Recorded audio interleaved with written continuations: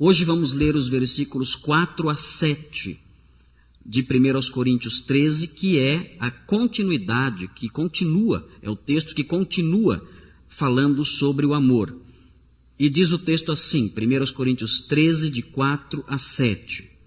O amor é paciente, o amor é bondoso, não inveja, não se vangloria, não se orgulha, não maltrata, não procura seus interesses, não se ira facilmente, não guarda rancor. O amor não se alegra com a injustiça, mas se alegra com a verdade.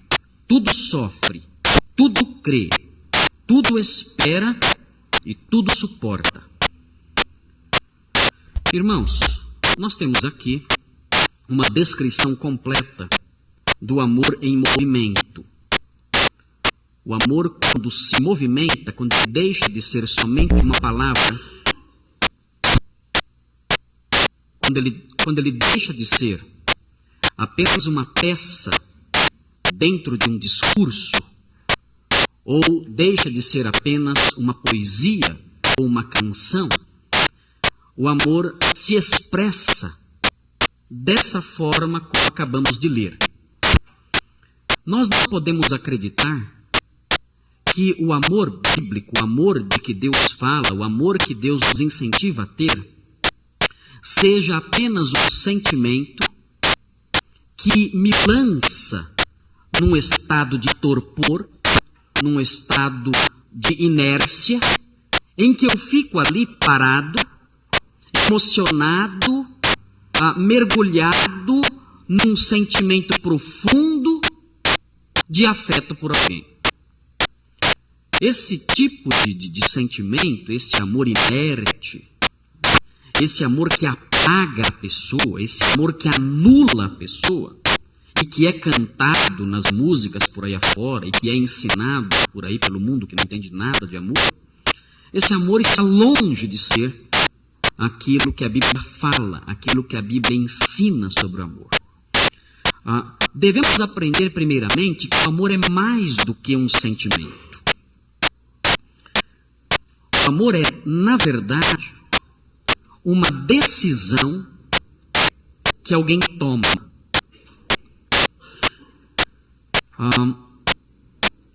Deus não requer de nós que nós desenvolvamos sentimentos que fogem do nosso controle.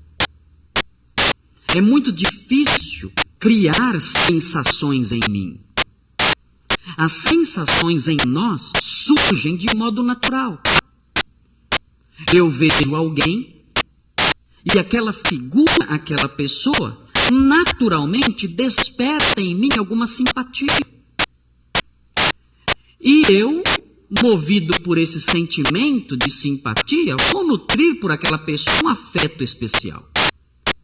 Essa mesma sensação que eu tive, essa sensação subjetiva, pessoal que eu tive, um outro pode não ter.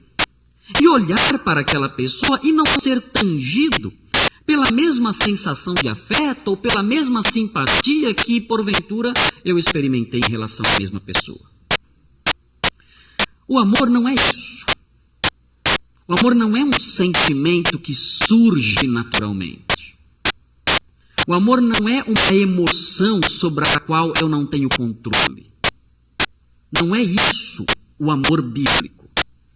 O amor bíblico é, isto sim, um ato de responsabilidade. Um ato de obediência. Uma decisão que eu tomo. Eu olho para alguém e, apesar da ausência de virtudes naquela pessoa, e apesar da falta de elementos naquela pessoa que me agradem, apesar disso, eu decido buscar o bem dela. Mesmo que isso tenha para mim um custo. De modo que o amor nasce não por causa da virtude do outro, do objeto amado, do alvo do amor. O amor nasce não por causa das perfeições daquele que é amado. O amor nasce não por causa das virtudes e das coisas boas que eu vejo naquele que é amado. Não. O amor nasce por causa da virtude de quem ama. O amor nasce por causa das coisas boas que há em quem ama. Independe de quem é o objeto amado.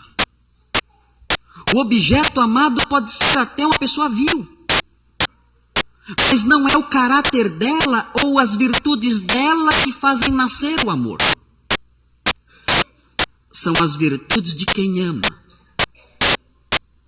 que promovem o amor nessa pessoa que ama em relação ao outro. E essa responsabilidade que eu tenho de amar o outro é exatamente isto, um dever. Eu decido fazer isso. Eu decido amar alguém. E eu decido não por causa, não em virtude das virtudes dela, mas em virtude da minha responsabilidade, da minha maturidade, do meu dever, do meu senso de dever. E eu digo, amarei aquela pessoa. Eu sei que ela é isto ou aquilo. Sei que ela tem este ou aquele defeito, mas eu vou amá-la. Eu decido amá-la. E eu vou promover o bem dela. O meu amor não é só uma peça de retórica, não é só uma palavra, não é só poesia. Eu vou amá-la, vou trabalhar de tal forma que eu vou promover o bem e a alegria dessa pessoa. Como nós podemos concluir essas coisas sobre o amor? Nós temos um modelo. Deus nos amou desse jeito. Deus não nos amou por causa das nossas virtudes. Deus nos amou por causa das virtudes dele. Ele não olhou para nós e sentiu simpatia, pelo contrário. Ele olhou para nós e sentiu nojo do que viu. Ele olhou para nós e nos viu como inimigos. Nós éramos inimigos dele, rebeldes. Nós o odiávamos. Nós não queríamos comunhão com ele. As coisas dele nos irritavam. Quando alguém falava sobre Deus para nós, isso causava em nós repugnância. Nós não gostávamos disso. Mas Deus nos amou assim, desse jeito. Não por causa do nosso bem, mas por causa do bem que havia nele. E esse amor com que ele nos amou, não foi um amor só de sentimento. Ele não ficou olhando para nós e dizendo, como eu amo essas pessoas. Como meu coração bate forte quando eu as vejo. Como elas são importantes para mim. Quanto eu amo essas pessoas. Não. O amor de Deus trabalhou. O amor de Deus decidiu algo, decidiu fazer algo. O amor de Deus decidiu fazer algo pelo nosso bem. O amor de Deus foi de tal modo que ele se preocupou em realizar, em promover a nossa felicidade. Mesmo que isso tenha tido um custo alto. Houve um custo altíssimo. Esse amor custou muito caro. Mas Deus pagou o preço do amor. Nos amou sem que houvesse nada em nós. Nos amou porque quis nos amar. Nos amou buscando o nosso bem. E nos amou mesmo que isso tenha tido um custo elevado. Esse é o amor verdadeiro. E é esse o amor acerca do qual o texto fala. Nós temos a responsabilidade, o dever, o comando de amar uns aos outros desse jeito. O texto que está diante de nós é um texto que fala primariamente sobre o amor entre os crentes. Não é aqui o amor de namorado com a namorada, do marido com a esposa, enfim, o texto não está preocupado com isso. É claro que o amor é o amor em qualquer relação. E é certo que o amor entre os familiares, entre os casais, entre os amigos, é claro que ele vai se perfazer dessa forma também.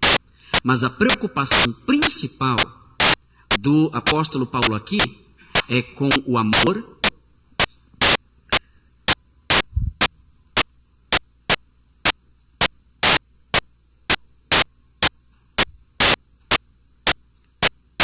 A preocupação principal do apóstolo Paulo aqui é com o amor nas relações entre os membros de uma igreja. E esses movimentos que vemos aqui nos versículos 4 a 7, que são a expressão clara, visível e palpável do amor, quando o apóstolo Paulo escreveu e os enumerou e os alistou, ele estava pensando numa igreja como a nossa. Eu extraí a mensagem central desses 4 versículos, e a mensagem central é a seguinte: o amor é a soma e a suma de todas as virtudes que possam marcar o caráter e a conduta dos crentes. O amor é todas as virtudes juntas. Quem ama, automaticamente, pratica todas as demais virtudes. Você vai ver aqui no texto: quem ama é paciente, quem ama é justo, quem ama é perseverante, quem ama é alegre. Nós percebemos, olhando para essa lista, que o amor é a somatória de todas as virtudes que nós queremos encontrar em alguém. E o amor não é só a somatória, ele é a síntese de tudo. Ele é a suma de tudo, o sumário, o resumo, a síntese de tudo. Tudo que há de bom em alguém se resume numa palavra só: amor. Por isso estamos dizendo que o amor é a soma e a suma de todas as virtudes que possam marcar o caráter e a conduta dos crentes. Agostinho de Hipona, grande teólogo da Igreja Antiga, ele deu um conselho para os seus leitores, que é um conselho fascinante. Ele diz o seguinte: ame e faça o que você quiser. Ame e faça o que você quiser. Por que ele disse isso? Porque ele sabia que a pessoa que tem amor no coração só vai fazer o bem. Por isso ele ensina, ele orienta as pessoas da sua igreja e os seus leitores nessa direção. Você tem liberdade. Faça o que lhe der na cabeça. Faça o que você quiser e sentir desejo no seu coração. Faça tudo o que você quiser, desde que você ame. Porque se você amar o que você quiser, será só o bem. Será só o que é louvável. Agostinho entendeu que o amor sintetiza todo o bem, de modo que quem ama só fará o que é certo. Vamos ver 3 temas presentes no texto e ao longo disso, enquanto estivermos observando os 3 temas, veremos que o amor é a soma e a síntese de todas as virtudes que há. Vejam, eu tentei resumi-las numa palavra só. Aqui, em primeiro lugar, a docilidade do amor. O amor se manifesta em doçura. O amor é dócil. O amor tem uma postura contrária à aspereza. Quem ama não é áspero. Quem ama não trata mal. Quem ama não ofende. O amor é marcado por docilidade. O amor, mesmo quando repreende, mesmo quando o amor se manifesta de uma forma, assim, digamos assim, negativa, no sentido de repreender alguém, o amor se manifesta neste momento com docilidade. Quando o apóstolo Paulo orienta Timóteo a repreender os que se opunham a ele, ele diz, olha, faça isso com mansidão. Ou seja, o apóstolo Paulo estava orientando Timóteo a usar da sua autoridade de forma amorosa. Porque o amor se manifesta assim, de modo dócil. O amor não é áspero, não é brusco, não ofende. Vejam o que diz o texto no versículo 4. O amor é paciente. O amor está sempre disposto a dar uma segunda chance. É isso que é a paciência do amor. O amor é bondoso. Essa é a postura dele, marcada por benignidade, por serenidade. O amor não inveja, não se vangloria, não se orgulha. Aqui nós temos traços de pessoas amargas, de pessoas de difícil trato, pessoas invejosas, arrogantes, orgulhosas. Pessoas assim tendem a desprezar os outros. E o desprezo fere. O desprezo ofende. A Bíblia diz que o amor é dócil. E sendo dócil, o amor lança fora essa postura de inveja, de vanglória, de orgulho. O amor é marcado por humildade. Uma doce humildade.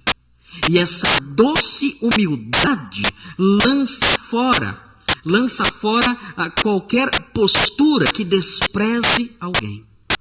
Ele desce do seu pedestal. E ele se relaciona de modo humilde e doce. As pessoas se sentem bem ao lado daquele que ama. O Senhor Jesus Cristo agiu assim.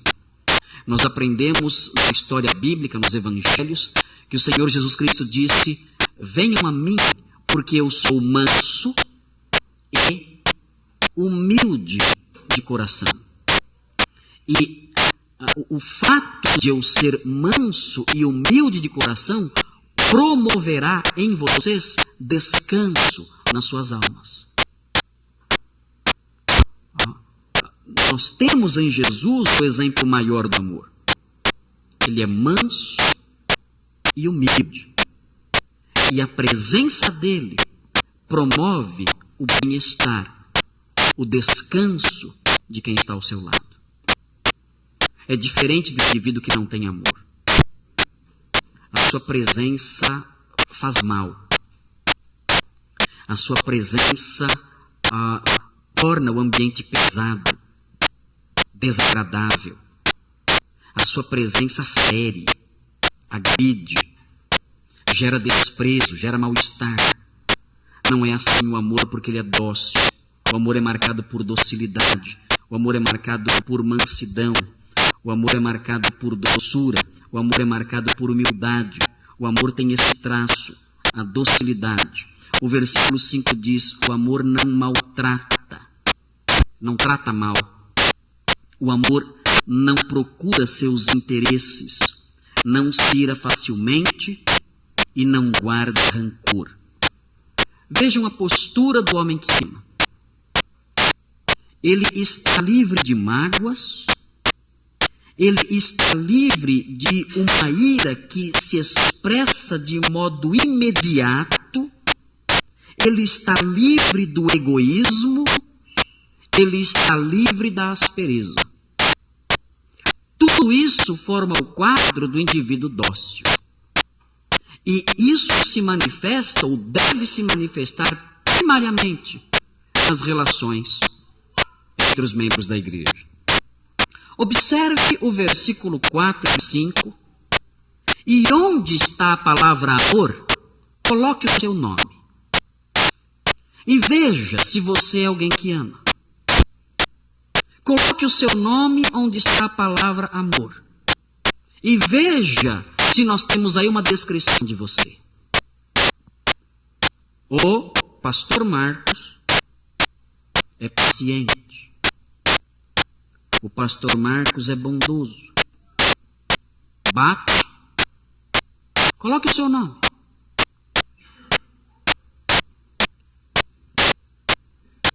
Eu não invejo. Não me vanglorio. Eu não me orgulho. Eu não maltrato. Eu não procuro meus interesses. Eu não me iro facilmente. Eu não guardo rancor. É você? Essa é a sua descrição. Coloque o seu nome aqui e você verá se você ama ou não. Não crie desculpas. Mas é meu jeito. Não. É a sua falta de responsabilidade. Porque o dever do crente é ser assim. Essa deve ser a descrição do homem e da mulher de Deus. Isso é nada mais, nada menos do que o amor em movimento. Nós não podemos só cantar sobre amor. Nós não podemos só ter o amor como um hino que ocasionalmente nós entoamos aqui ou ali. Não, ele deve se expressar dessa forma.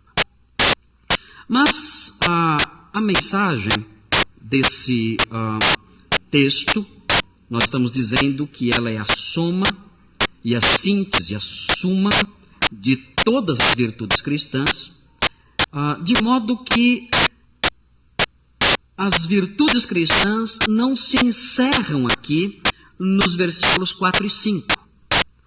O amor não é somente dócil, há algo mais no amor também. O versículo 6 mostra algo mais constante do amor. Vejam, o versículo 6 fala da alegria do amor. Como é a alegria do amor? Como o amor se alegra? O versículo 6 diz: o amor não se alegra com a injustiça, mas se alegra com a verdade. Quem ama não fica feliz com o que é errado. Quem ama não aprova, aplaude e se alegra o que é errado na conduta do outro. É o contrário. Por amar o outro, ele se entristece quando vê a injustiça no outro. A injustiça no outro gera nele um profundo sentimento de angústia e de tristeza. Ele ama o outro. E por amar o outro, ver o outro no erro não o deixa feliz. Ver o outro no erro o incomoda. Ele se entristece com isso. Por outro lado, quando ele vê o outro acertando, vivendo a verdade, vivendo o que é certo, então sim, o seu coração se alegra. Eu tenho visto situações curiosas na igreja.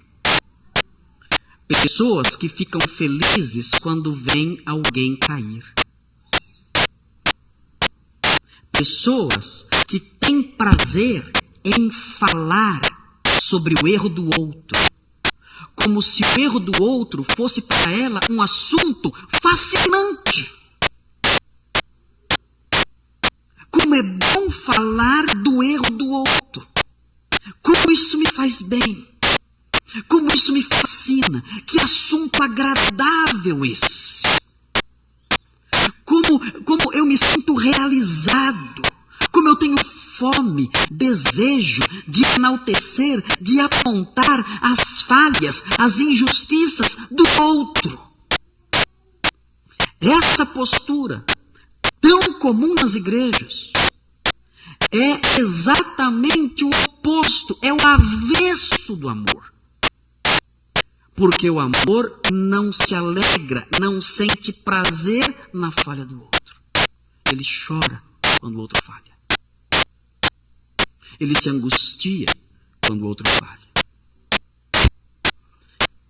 Ele sente o seu coração mergulhado em trevas, em tristeza, em dor, quando o outro se desvia.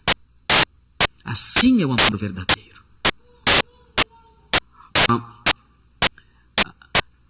É algo que é marcado por sentimentos, sim. E sentimentos que variam, dependendo da conduta do outro. Eu vejo o outro no erro, eu me entristeço. Eu vejo o outro na verdade, eu me alegro. Coloque o seu nome no versículo 6.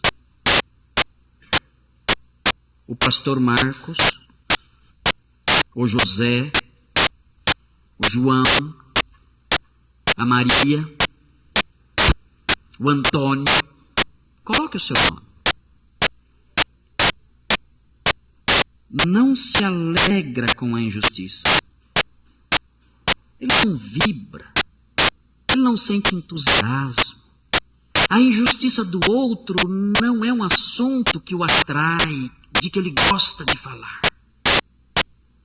Mas ele se alegra com a verdade. Ele vibra quando vê o acerto. Ele sorri de felicidade quando ele vê a verdade sendo vivida no caminho do outro. É você, no versículo 6? É você aí? Não se iluda com um amor meramente romântico, poético, retórico. O amor verdadeiro é isso aqui. Qualquer outra coisa é uma caricatura mentirosa do amor de Deus. E finalmente, nós temos no finalzinho aqui, o ponto 3, a perseverança do amor. Nós estamos dizendo que o amor é a soma e a suma de todas as virtudes que alguém pode ter. E o versículo 7 mostra mais uma virtude. Vejam o que diz o versículo 7. O amor tudo sofre, tudo crê, tudo espera e tudo suporta. O nome disso é perseverança. Não há lugar em que tenhamos que perseverar mais do que dentro de uma igreja. É muito difícil vivermos juntos. Somos muito diferentes uns dos outros. Nós viemos de lugares diferentes, de origens culturais diferentes, de posições sociais diferentes, de formações intelectuais diferentes.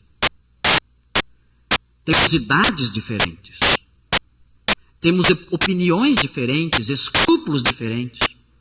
Alguns torcem para times diferentes. E assim somos, diferentes uns dos outros. E nesse contexto de diversidade dentro da unidade que é o corpo, é muito comum nós nos encontrarmos em alguns momentos tangidos por descontentamento, por ofensas, por coisas que nos desagradam.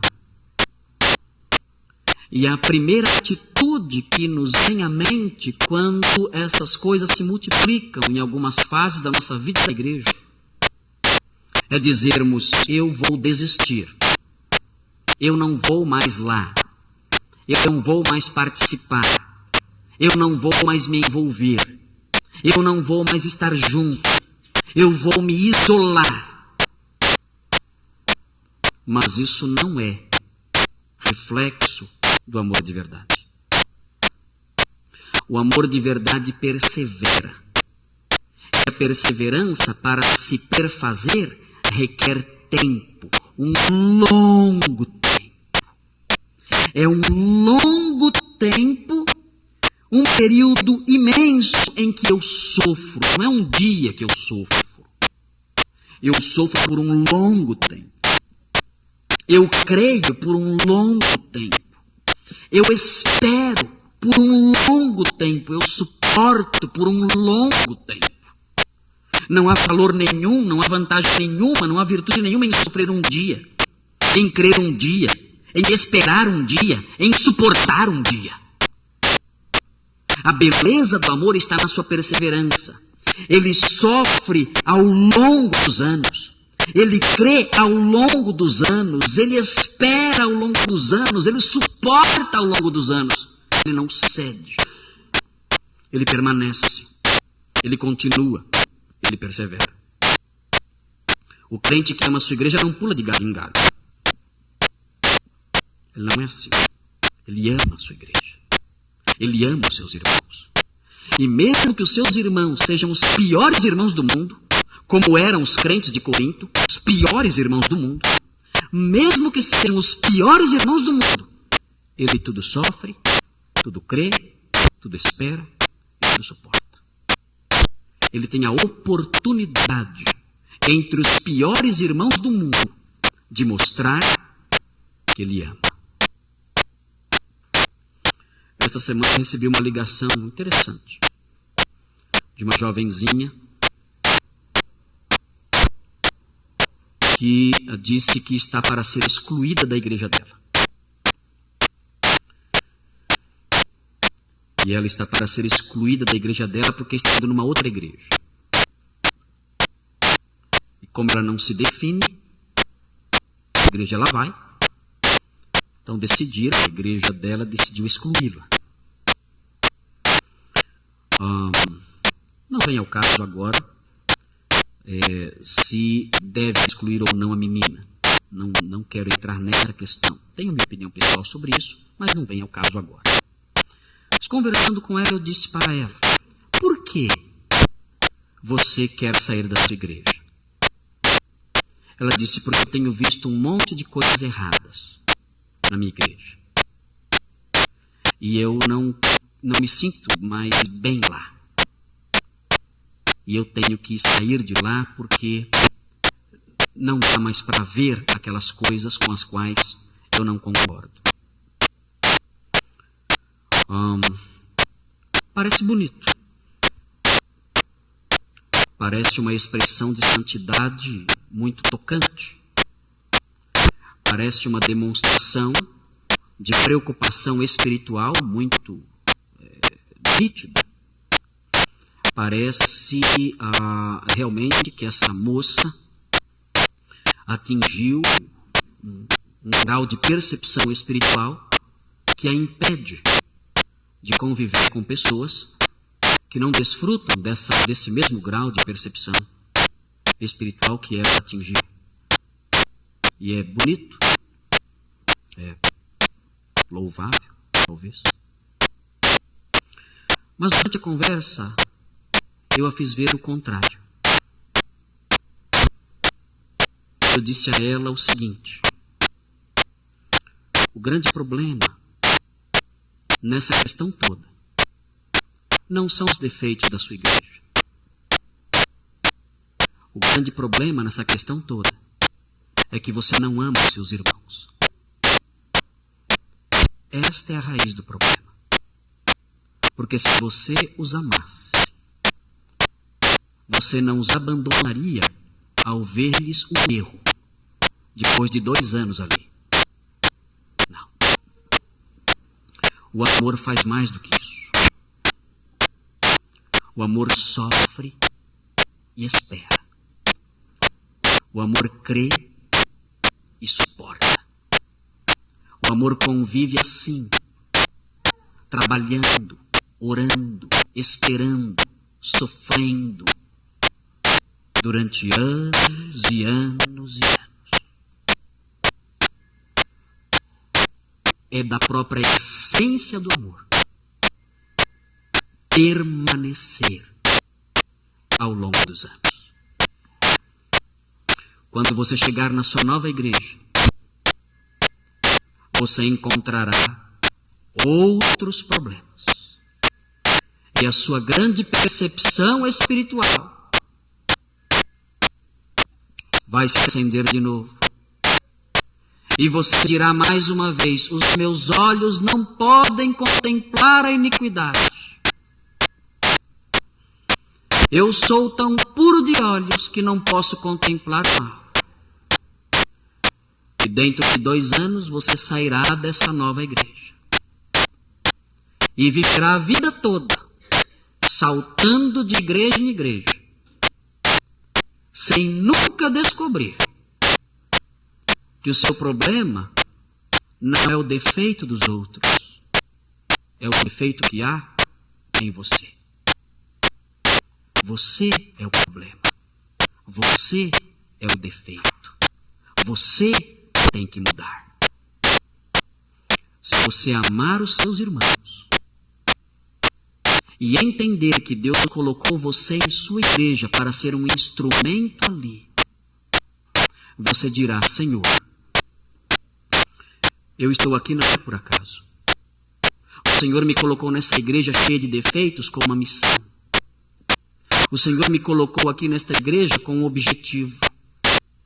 O Senhor, que é o soberano Deus, quando o Senhor escreveu a minha história, o Senhor na minha história incluiu a minha presença nessa igreja. A igreja que eu devo amar, a igreja na qual eu devo ser útil, a igreja dentro da qual eu devo ser um instrumento para trabalhar, para melhorar, para tornar mais perfeita. E eu estou fugindo disso. Perdoa-me e ajuda-me a amar a minha igreja e a suportar, a esperar, a crer, a sofrer, trabalhando, orando, esperando, suportando, até o dia em que o Senhor realizar a sua obra de mudança.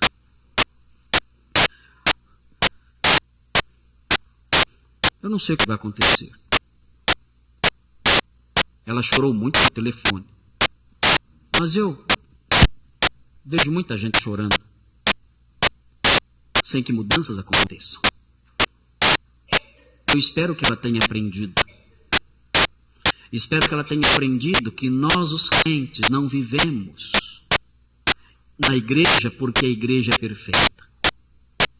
Não estamos na igreja porque a igreja se constitui no melhor grupo que há no mundo. Não.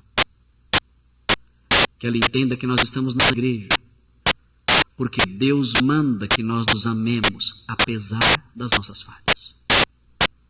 Com amor que persevera, que persiste ao longo dos anos, que vai até o fim, por uma razão só: porque ama. Só. Mesmo que nada mude, ele fica. Por quê? Por uma razão só: porque ele ama. E o amor fica. O amor espera. O amor suporta. Coloque o seu nome no versículo 7. Inclua o seu nome aí. O pastor Marcos, o João, o José, o Antônio, a Maria. Eu tudo sofro na igreja com os meus irmãos. Eu na igreja tudo creio. Eu entre os meus irmãos tudo espero. Eu com eles, no meio dos seus defeitos, das suas falhas, dos seus tropeços, eu tudo suporto. Você ama com o amor de Deus? Vamos orar.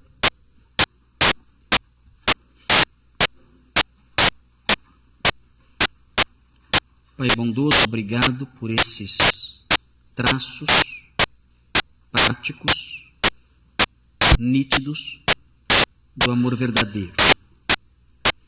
O mundo nos engana, transmitindo uma ideia errada, infantil, mentirosa do amor, porque o mundo não conhece nada sobre o amor, já que o mundo é marcado pela busca incessante de interesses egoístas.